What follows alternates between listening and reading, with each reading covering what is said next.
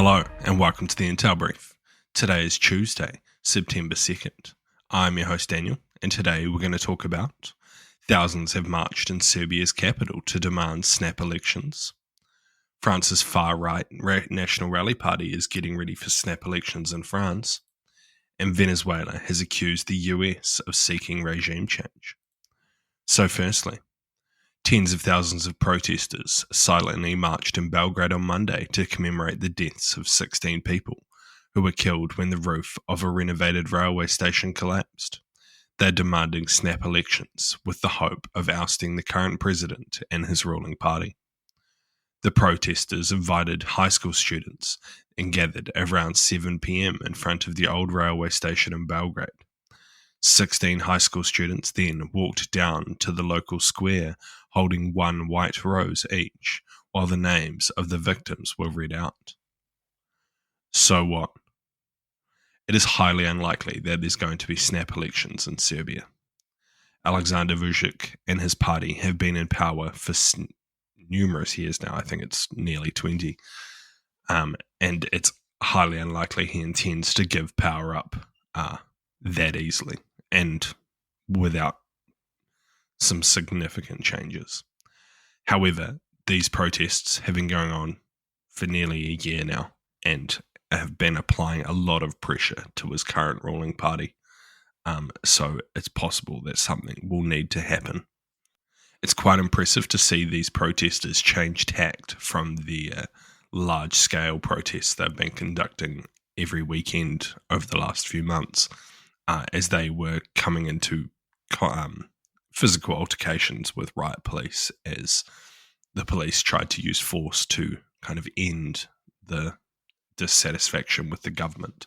So changing tact and going to like a silent, slow protest is a pretty good way of reducing the police's ability to crack down using force and continues to apply pressure when otherwise it kind of just gets ignored as, people just fighting with police.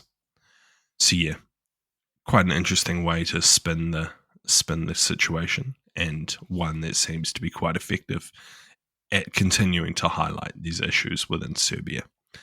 However, I don't think it's likely to lead to change anytime soon. It'll be interesting to see when the next elections are, and yeah, because no doubt the current ruling party wants to get past these protests before they think about going into the next elections, as currently it's almost certain they're going to lose or have to seriously rig the elections, which could lead them down a very dark and dangerous path.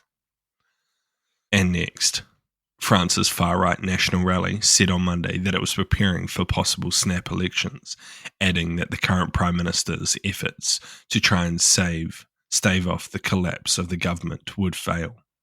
Opposition parties said they will bring down the minority government in a September 8th no-confidence vote, which was unexpectedly announced last week as the current Prime Minister seeks to push through unpopular plans for a budget squeeze in 2026.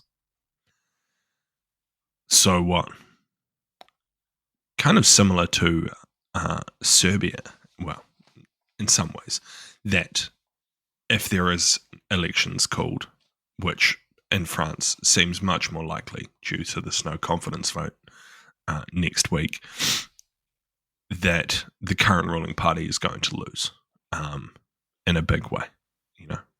Support for the National Rally Party is absolutely flying in France. In a similar way to you see these right-wing parties getting lots of support in Germany and the UK with Reform and AfD respectively. In my opinion, the reason for this is the current parties are not achieving what the people want. They're not solving the problems that people want to be solved. So people are looking for a more extreme option. And in France, this is the National Rally Party. So yeah, it seems highly unlikely that anyone is going to be able to stop them anytime soon. It's possible that they won't get a majority by themselves and it would be pretty hard for them to form a coalition, as most parties won't want to get involved with them. And so, yeah, that's possibly how they might get stopped. But, yeah, it seems pretty likely at this point that in this election or next, well, whatever the next elections are, that National Rally will win a pretty sizable chunk and, will be a pretty dominant force. And this is despite their leader being caught in a corruption probe. So, they're pretty popular. And lastly, Venezuela on Monday accused the United States of threatening its sovereignty by pointing 1,200 missiles from US ships in the Caribbean Sea at the country. The remarks were made in response to the US deployment of warships in the South Caribbean in what the White House called an anti-drug trafficking operation. The US Coast Guard and naval ships have a presence in the South Caribbean, but the recent build-up has been significantly larger than usual deployments in the region. Venezuela is confronting the biggest threat that had been seen on their continent for the last 100 years, Maduro told journalists, officials, and uniformed military brass in Caracas. US President Donald Trump's administration has accused Maduro of leading a drug cartel and has recently doubled the bounty for the Venezuelan president's capture to $50 million US. So what?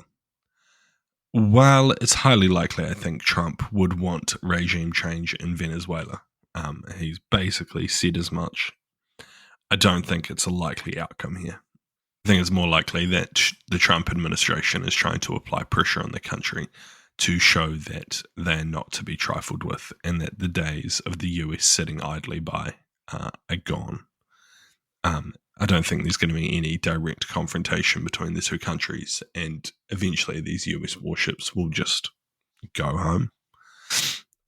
Whether the country and Maduro himself are involved in drug smuggling, I don't really know. They haven't really provided any solid evidence of this. Well, not that I've seen anyway.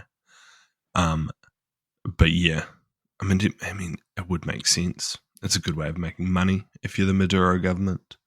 But yeah, I don't know. It could be an interesting thing to look into. Anyway, thank you for listening to that Intel Brief. I've been your host, Daniel, and I'll see you again tomorrow. See you.